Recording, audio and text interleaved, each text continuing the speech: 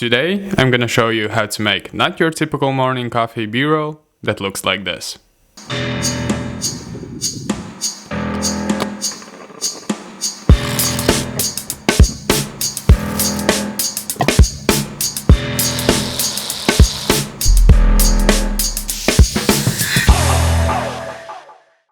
Okay, after watching this, you might think, who in the world will drink this diabetes drink? Well, I would. As ironic it is, I'm not a fan of sweets like cakes and candies, but I do like my coffee sweet. I like that after my meal I can have a cup of coffee, which is also a dessert.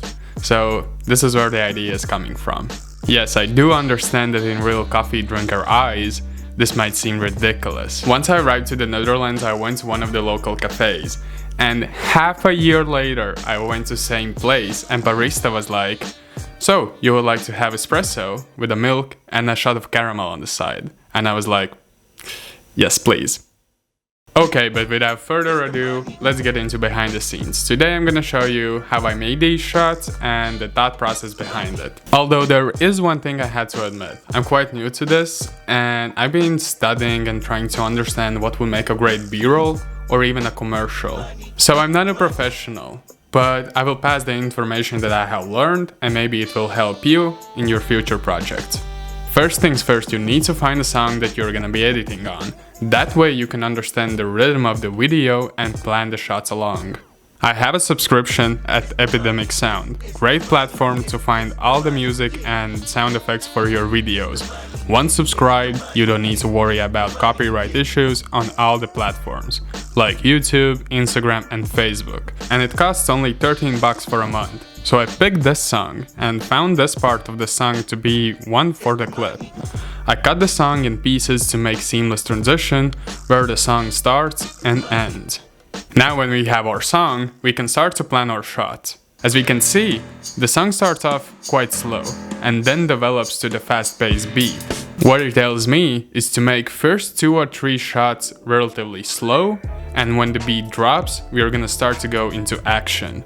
The first and the last shot are one of the most important ones. The first shot is gonna determine either people are gonna watch your video or not. And the last shot is what people will remember from your video since it's gonna be the last thing that they saw. So I found the diluting process looked interesting enough to be the first shot of the clip. However, it didn't actually give the effect I wanted. I wanted to look more epic, but just by diluting it, I couldn't get that shot. So my girlfriend decided to poke the ice cream in the coffee and it turned out perfect.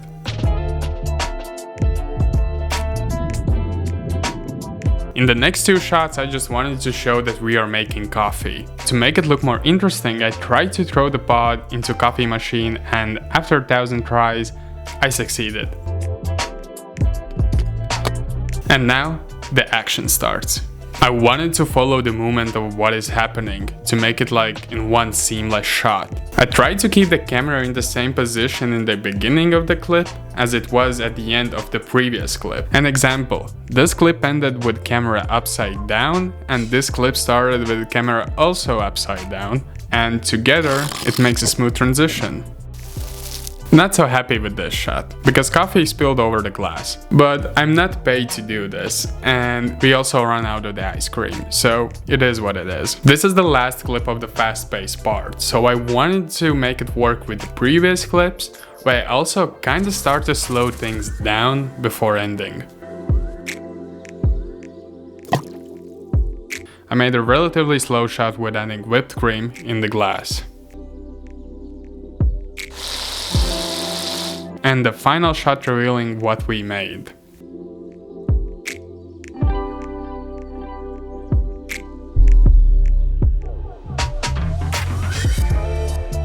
And now I want to show you how big of a difference makes when you add sound effects to your clips.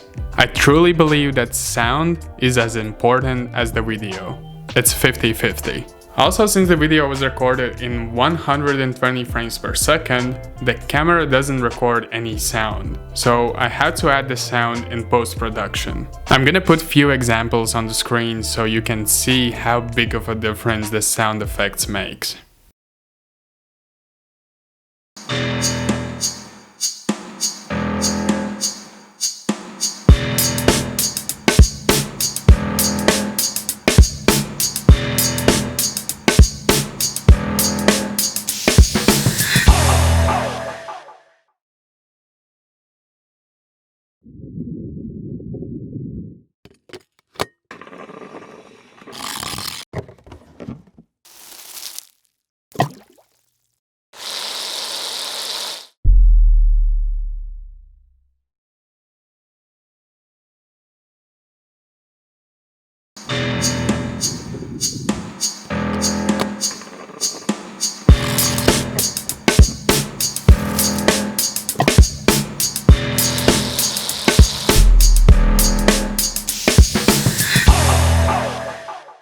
The interesting part about adding sound effects to your videos is that it doesn't really need to be the exact equivalent of what you're hearing in real life. You just need to find a sound that will sell your shot. Like for the first shot, I used ambient sound of the ocean.